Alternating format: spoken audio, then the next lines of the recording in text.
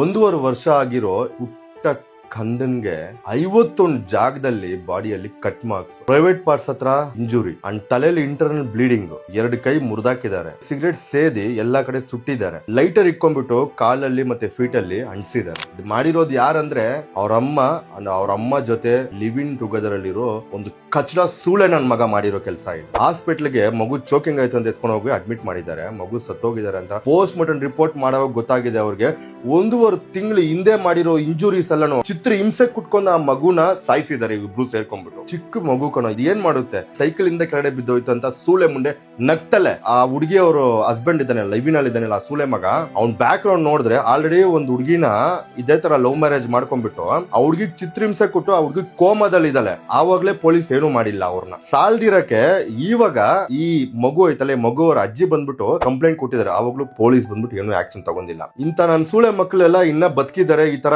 ಕೆಲ್ಸಗಳು ತಿಂಗಳ ಮಾಡ್ತಾ ಇದಾರೆ ಮಕ್ಳಿಗಂದ್ರೆ ಯಾಕೆ ಹೇಳಿ? ನಮ್ ಸಿಸ್ಟಮ್ ಸರಿ ಇಲ್ಲ. ಯಾಕಂದ್ರೆ ಇಲ್ಲಿ ಪನಿಷ್ಮೆಂಟ್ ಕೊಡಲ್ಲ, ಅಲ್ಲಲ್ಲೇ ಶೂಟ್ ಮಾಡಿ, ಅಲ್ಲಲ್ಲೇ ಎನ್ಕೌಂಟರ್ ಮಾಡಿ, ಅಲ್ಲಲ್ಲೇ ಕಟ್ ಮಾಡಿ ಬಿಸಾಕ್ಬೇಕು ಇಂತ ಸೂಳೆ ಮಕ್ಕಳನ್ನ. ಆವಾಗ ಹ್ಯೂಮನ್ ರೈಟ್ಸ್ ಅವ್ರು ಬರ್ತಾರೆ, ಇಲ್ಲ ಪ್ರಾಣ ತೆಗೆಯೋದು ಒಳ್ಳೇದಿಲ್ಲ, ಹಂಗೆ ಅಂತ ವಾದ ಮಾಡ್ತಾರೆ. ಲೈ ಸಾವಿರಾರು ಕೋಟಾಂತರ ಜನ ಬಂದ್ಬಿಟ್ಟು ಮಕ್ಳಿಲ್ಲ ಅಂತ ಅಲ್ಲಿ ಕಾಯ್ತಾ ಇದಾರೆ. ಯಾರಿಗೋ ಒಬ್ರಿಗೆ ಎತ್ಕೊಂಡೋಗಿ ಕೊಟ್ಟಿದ್ರೆ ಸಾಕೊಂತ ಇತ್ತು. ಅದನ್ನ ಬಿಟ್ಟು 1.5 ವರ್ಷ ಮಗುಗೆ ಏನೋ ಗೊತ್ತಾಗುತ್ತೆ ಅಂತ ಮಗುನ ಚಿತ್ರಹಿಂಸೆ ಕೊಟ್ಟಿ ಸಾಯಿಸೋಷ್ಟೇನು. ಆ ಸೂಳೆ ಮುಂದೆ ಅವ್ರ ಅಮ್ಮನ ನೋಡ್ತಾ ಇದ್ರಂತೆ ಅದನ್ನ ಮಾಡೋವಾಗ.